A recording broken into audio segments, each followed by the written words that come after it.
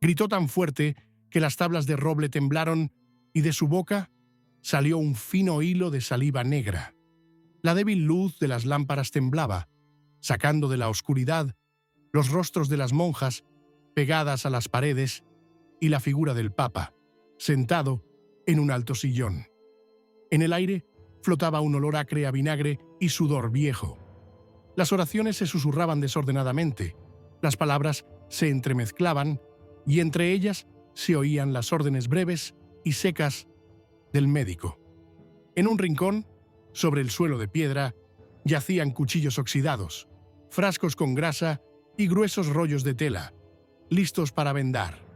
Papá, demacrado y amarillento, sostenía una pesada cruz como si fuera su único apoyo. Le temblaban los dedos, tenía las uñas ennegrecidas y bajo la piel de los nudillos se le marcaban las venas. Con cada respiración tosía, sacando de su pecho un sonido seco y doloroso. En los últimos meses apenas podía mantenerse en pie y los rumores sobre su enfermedad ya se extendían por los pasillos del palacio. Se decía que las úlceras de sus piernas se habían extendido hasta los huesos, que el pus salía por las grietas de la piel y que el olor se percibía tras las puertas de sus aposentos. Pero esa noche ordenó que trasladaran su sillón al dormitorio del monasterio para presenciar personalmente la purificación, la expulsión de la tentación carnal de los cuerpos de las jóvenes monjas. El caso que dio lugar a este rito se describe en uno de los informes de un guardia. 2 de las hermanas fueron sorprendidas abrazadas en el jardín, junto al pozo, se reían y tenían la ropa rasgada. En la atmósfera de fin de siglo, cuando la noticia del juicio final y los signos del fin de los días no dejaban de estar en boca de los predicadores, algo así se consideraba no solo un pecado, sino una intervención directa de lo impuro. El Papa, que llevaba 2 meses sufriendo una fiebre incesante, deliraba por las noches y veía imágenes de fuego y cuerpos de mujeres. Le decía a su confesor que dentro de los muros del monasterio se extendía la lujuria como la peste, y que era precisamente eso lo que le provocaba la enfermedad. Algunos cardenales cercanos afirmaban en voz baja que la enfermedad era consecuencia de una infección sanguínea tras una sangría fallida. El médico, siguiendo la costumbre de la época, intentó extraer la sangre podrida con cuchillos y vasijas. La piel, alrededor de las punciones, se ennegreció y las articulaciones se hincharon. Ningún brebaje aliviaba el dolor. La noche del ritual comenzó con la lectura de salmos, pero pronto se convirtió en gritos agudos. El médico, que estaba cerca, llevaba consigo una bolsita con opio, preparada por si el Papa perdía el conocimiento. En los últimos días ya había arremetido 3 veces contra los sirvientes, acusándolos de echar veneno en su bebida. En la habitación del monasterio había braseros con hierbas ardientes, cuyo humo picaba en los ojos. Las monjas, que estaban en círculo, tosían y perdían el equilibrio. El Papa, apoyado en 2 diáconos, se acercó a una de las muchachas y le hizo la señal de la cruz en la cabeza. Su voz era ronca, casi entrecortada, ordenaba al espíritu de la lujuria que abandonara su cuerpo. Los informes de los sirvientes dicen que en ese momento el Papa ya no distinguía los rostros y a veces parecía hablar solo. Uno de los diáconos escribió más tarde. Mirando a la muchacha, dijo que no era ella, sino la que cada noche se acostaba con él para respirar su aliento. El médico ordenó aumentar el humo, con la esperanza de que los vapores narcóticos aliviaran los espasmos tanto de él como de las muchachas. Pero un ataque de tos retorció al Papa y tuvo que sentarse. En la almohada quedó un rastro de mucosidad con vetas de sangre. Mientras tanto, en Roma ya se hablaba de que la enfermedad del Papa era un castigo divino. Sus oponentes Entre los reformadores pasaban en secreto cartas en las que lo llamaban pastor podrido. Los cardenales ancianos, recordando los años pasados, cuando él perseguía sin piedad a los herejes, ahora hacían planes para su pronta muerte. Los embajadores de Francia y España mantenían negociaciones secretas, proponiendo a sus candidatos al trono de la Santa Sede. Esa noche, el exorcismo terminó de forma repentina. Una de las monjas cayó, convulsionando, y se golpeó la cabeza contra el suelo de piedra. El médico se inclinó, pero el Papa ordenó que no la tocaran. El espíritu se está yendo. Otra hermana perdió el conocimiento y comenzó a jadear. Los sirvientes la sacaron y en las sábanas quedaron manchas de sangre y bilis. Cuando llevaron a mi padre de vuelta a sus aposentos, pidió que cerraran la puerta y que no dejaran entrar a nadie, excepto al confesor y al médico. Los sirvientes contaron que esa noche no durmió, sino que habló en voz baja con alguien que no estaba en la habitación. Fue la primera noche en que el olor de sus aposentos se hizo tan fuerte que la guardia del pasillo se cambiaba cada 2 horas. Al día siguiente comenzó la fiebre, que no lo abandonó durante largas semanas, y los rumores sobre el ritual nocturno se extendieron por toda la ciudad, aumentando el miedo y la expectativa de un pronto fin, no solo de su reinado, sino también del antiguo orden en la Iglesia. Tenía la frente ardiente como una piedra al sol y le temblaban las manos incluso cuando intentaba sostener la copa de agua. Al amanecer, tras el ritual celebrado en el dormitorio del monasterio, el Papa ya no podía levantarse de la cama. El médico le examinó las piernas y ordenó que se cerraran las ventanas para que el olor no se extendiera por las galerías. Bajo la piel de las espinillas se veían manchas oscuras cuyos bordes se rompían, dejando salir un líquido espeso y verdoso. Las vendas, que se cambiaban por la mañana y por la noche, estaban tan empapadas que había que quemarlas para no provocar vómitos a los sirvientes. El informe médico, encontrado más tarde en uno de los archivos, decía: el calor corporal es excesivo, el pulso es irregular, la lengua está seca y agrietada, las costras de las piernas no se limpian, la piel desprende un olor fétido que indica putrefacción interna. Se recomendó sangrado y fricciones con vinagre mezclado con incienso molido. Pero ni la sangría ni los ungüentos a base de hierbas le proporcionaban alivio. Al contrario, después de cada intervención comenzaba una hemorragia que costaba mucho detener, y en las heridas se formaban gusanos, como solía ocurrir en aquellos años con las lesiones purulentas profundas. El círculo del Papa se reducía cada vez más. Solo tenían acceso a él 2 diáconos, el confesor y el médico. Los cardenales comenzaron a solicitar una visita, pero la guardia del palacio, con el pretexto de la debilidad de su santidad, no les permitió entrar. Esto despertó sospechas. En cartas secretas, interceptadas más tarde, se decía que en las habitaciones del Papa no solo se luchaba contra la enfermedad, sino que también se discutía su testamento, en el que supuestamente iba a privar de influencia a los miembros más antiguos de la curia en favor de los jóvenes, que le debían su carrera. Las paredes interiores del palacio se asemejaban a una fortaleza sitiada. Los embajadores de Francia y España se agolpaban en las salas de recepción, tratando de entregar a través de los sirvientes regalos, vinos raros, telas, oro, a cambio de rumores sobre el estado del Papa. El confesor, antes silencioso, ahora llamaba cada vez más a los notarios, pero guardaba consigo las transcripciones de sus conversaciones. Uno de los cardenales más antiguos, que vio al Papa a través de una rendija en la puerta, escribió más tarde: vi su rostro, amarillo, con los ojos hundidos, los labios agrietados, y miraba al techo, moviendo los dedos como si estuviera buscando algo en el vacío. En ese momento, corrían rumores en la ciudad de que la enfermedad del Papa era un castigo por un ritual nocturno en el que profano a inocentes.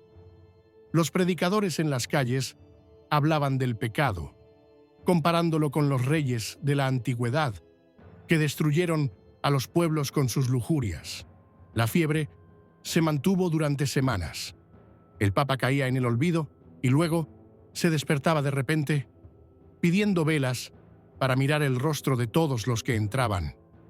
Cada vez decía con más frecuencia que las paredes del monasterio estaban llenas de susurros de mujeres que lo llamaban por su nombre y que esas voces le causaban dolor en las piernas. El médico, sin otros recursos, ordenó frotarle el cuerpo con una mezcla de aceite y ajo machacado, creyendo que el olor ahuyentaría los escenarios de la enfermedad. Los sirvientes se quejaban de que, tras los ataques nocturnos de fiebre, sus sábanas quedaban pegajosas por el sudor y el pus. Tenían que quemarlas en el patio trasero y llevar las cenizas fuera de las puertas del palacio. En algunas denuncias matutinas, los guardias escribían que era imposible permanecer más de una hora en los pasillos cercanos a las habitaciones del Santísimo sin sentir náuseas. En ese momento se formaron definitivamente dos bandos en la curia: los partidarios de la antigua aristocracia y los jóvenes cardenales nombrados por el propio Papa. Los primeros intentaban acelerar la difusión de la noticia de su enfermedad, los segundos la ocultaban, temiendo que unas elecciones prematuras les hicieran perder su influencia. Pero la enfermedad ya no se podía ocultar, no aparecía en los oficios, y su secretario sustituía cada vez más a menudo su firma en los documentos oficiales. Uno de sus sirvientes más cercanos, que estaba de guardia junto a su lecho, dejó una nota. Anoche llamó a la misma muchacha que se desmayó en el monasterio. Decía que estaba sentada a sus pies y le susurraba palabras que no pude oír. Lloraba, pero no de dolor, sino de miedo. Al comienzo de la tercera semana, después del ritual, el olor de las habitaciones ya se percibía en la escalera principal. Algunos sirvientes exigieron que se preparara el cuerpo para la muerte. Se almacenaron aceites aromáticos y se preparó una tapa de plomo para el ataúd. Pero los cardenales ordenaron esperar, temiendo que esto provocara pánico y sirviera de pretexto para un motín en la ciudad. Los días siguientes de enfermedad entrelazaron aún más la descomposición corporal y la lucha política, y lo que le esperaba no era solo la agonía, sino una guerra abierta por el poder justo detrás de las paredes de su dormitorio. En la cuarta semana, la enfermedad dejó de oscilar entre breves mejoras y recaídas. Ahora cada día traía solo nuevos signos de deterioro. El médico ya no intentaba ocultar a los allegados que la piel de los pies del Papa se había ennegrecido.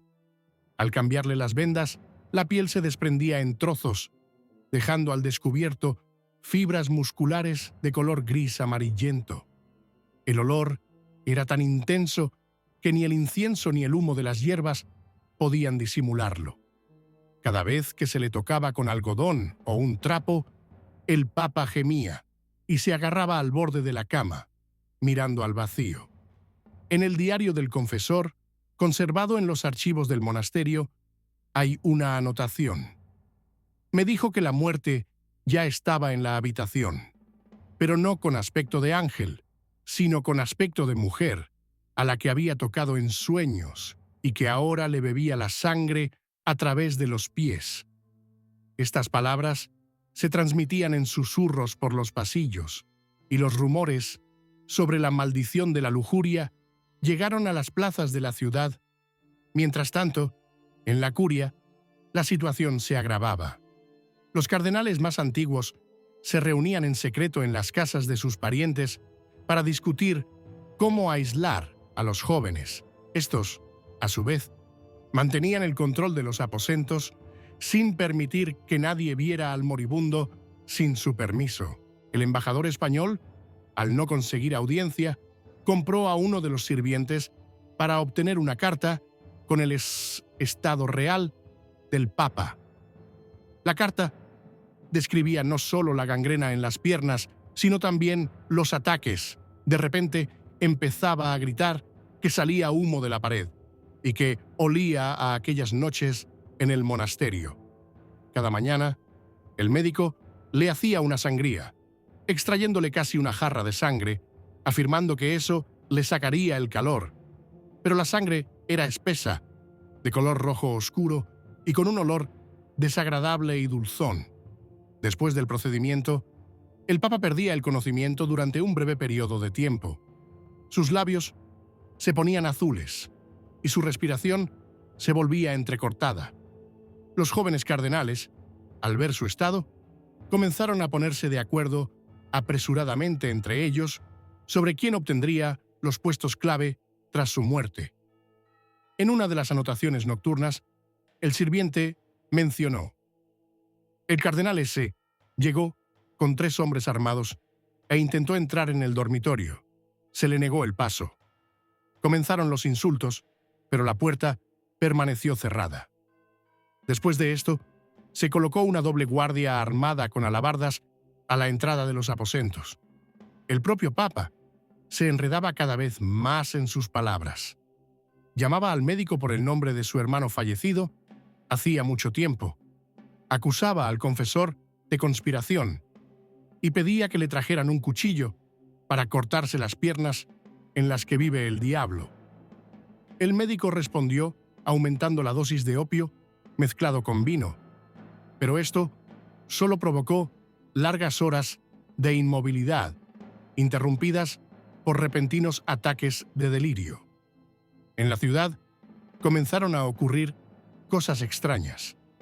Se reunieron multitudes a las puertas del palacio exigiendo la purificación de la Iglesia y rezando por la pronta muerte del pontífice maldito. Algunos monjes difundían historias de que la tierra bajo su lecho se había ennegrecido y se habían llenado de gusanos, aunque él aún vivía. Al final de la 5ª semana, su estado se volvió crítico, la piel de sus mejillas se tensó, sus ojos se hundieron y sus dientes parecían más largos debido a las encías secas. Mientras yacía, a veces estiraba los brazos hacia arriba como si quisiera agarrar algo en el aire. El confesor afirmaba que atraía el fantasma de una monja que había muerto la noche del ritual para sacarle su pecado. Los cardenales de ambas facciones ya no ocultaban su odio. Varias veces durante la noche se produjeron peleas entre sus hombres en los pasillos. Los informes de la guardia indican que en uno de esos enfrentamientos murió un paje que llevaba medicinas a los aposentos. El interior del dormitorio se volvió peligroso incluso para quienes cuidaban del Papa. La gangrena se extendió por encima de las rodillas y en las heridas apareció un crujido sordo y húmedo, señal de que la putrefacción había llegado a los huesos. El médico sugirió la amputación, pero los jóvenes cardenales se negaron. No es propio cortar miembros al vicario de Dios. Cada día se parecía más a una figura de cera, pero su poder, incluso en ese estado, era un instrumento de lucha. Tras las puertas del dormitorio ya se redactaban los documentos que debían entrar en vigor en el momento de su muerte, pero nadie podía predecir si sobreviviría una noche más o si aguantaría semanas, manteniendo a todos en vilo. El olor se volvió insoportable. Ni siquiera las gruesas cortinas, impregnadas de aceite y humo de incienso, podían impedir que se propagara. Se filtraba por los pasillos, bajaba por las escaleras y llegaba hasta los patios interiores. Los guardias que custodiaban las puertas de los aposentos se cambiaban cada 2 horas, e incluso así, muchos se negaban a hacer su servicio alegando que el aire viciado les provocaba dolor de cabeza y náuseas. Uno de los guardias, interrogado más tarde, afirmó que cada respiración parecía impregnada de podredumbre y hierro candente. Para entonces, las puertas de los aposentos se habían convertido prácticamente en las puertas de una fortaleza sitiada. A ambos lados había hombres armados, sirvientes y personas de confianza de diferentes facciones. Solo se podía entrar con el permiso personal de los dos cardenales más cercanos al moribundo. Las facciones española y francesa de la curia comenzaron a preparar sus propias listas de cardenales dispuestos a votar por sus candidatos y al mismo tiempo intentaban introducir a sus hombres en las habitaciones para conseguir la firma del Papa en el testamento. Dentro del dormitorio, el Papa ya casi no se levantaba. Su cuerpo se estaba consumiendo. La piel de sus manos y su pecho se estaba volviendo transparente y las venas sobresalían como cuerdas oscuras. El médico dejó de practicarle sangrías, temiendo que no sobreviviera ni unas horas más tras la última. En su lugar, le untaban una espesa pomada oscura a base de resina y hierbas, con la esperanza de detener la propagación de las úlceras. Pero éstas, por el contrario, se extendían por el cuerpo, devorando los muslos. En los vendajes ahora quedaba un líquido oscuro, casi negro, en el que aparecían burbujas de gas, un claro signo de descomposición profunda de los tejidos.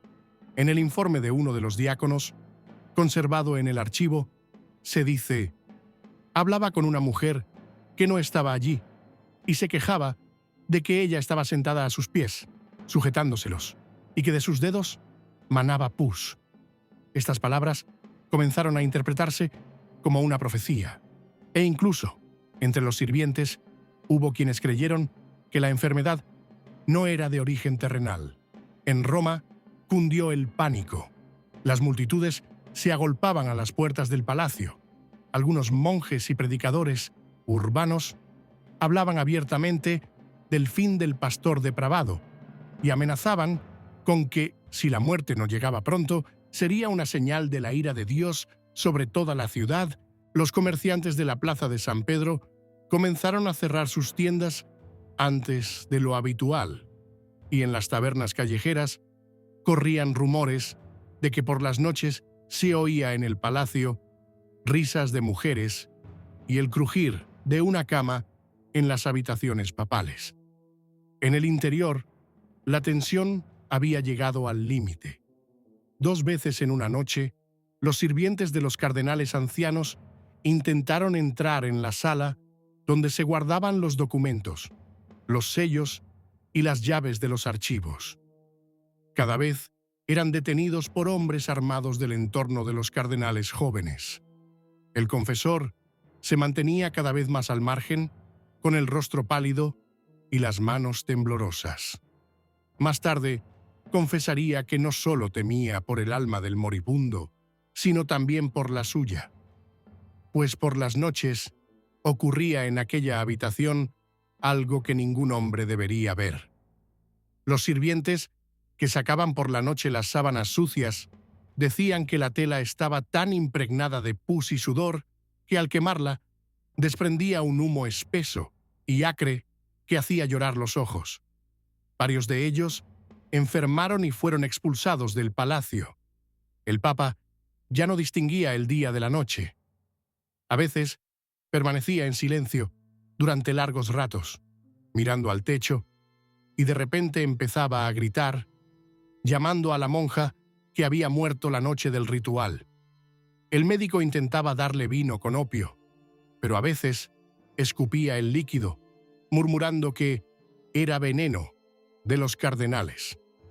Una noche, cuando empezó a llover en la ciudad y los pasillos del palacio se oscurecieron, varios cardenales del antiguo bando se reunieron en la habitación contigua y discutieron en voz alta que, si no moría en los próximos días, recurrirían a las milicias armadas de la ciudad para irrumpir en su lecho y declararlo incapaz de gobernar.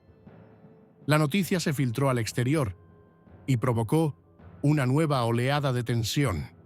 Todo lo que sucedía en aquellos días recordaba a la lenta descomposición no solo del cuerpo, sino del propio poder. El Papa, postrado en un lecho impregnado de hedor, ya no gobernaba nada, pero su mera existencia contenía la avalancha que estaba a punto de abatirse sobre la ciudad. Nadie sabía qué pasaría en el momento en que su corazón dejara de latir. Pero todos entendían que la muerte era inevitable y que tras ella vendría el caos. Durante las últimas 3 horas, su cuerpo ya no se movía por voluntad propia. El médico y los diáconos lo volteaban cada pocas horas para que las heridas de la espalda no se extendieran aún más rápido. Pero todo era inútil. La piel de los omóplatos se había agrietado. Aparecieron úlceras purulentas y en algunos lugares ya se podía palpar el hueso con los dedos. Le cambiaban los vendajes 5 veces al día, pero el olor era tal que incluso aquellos acostumbrados a las heridas y a la muerte apartaban la cara y contenían las náuseas. Apenas hablaba, solo gemía de vez en cuando y susurraba oraciones entre palabras incomprensibles, como si se dirigiera a alguien invisible. El confesor afirmaba que, en sus últimos días, papá veía a su alrededor a las monjas que habían muerto en los conventos durante los años de su reinado. Estaban de pie junto a las paredes del dormitorio y miraban sin pestañear, como si esperaran a que dejara de respirar. La noche antes de morir, la temperatura subió tanto que la piel de su pecho y su cara se puso caliente como una piedra al rojo vivo.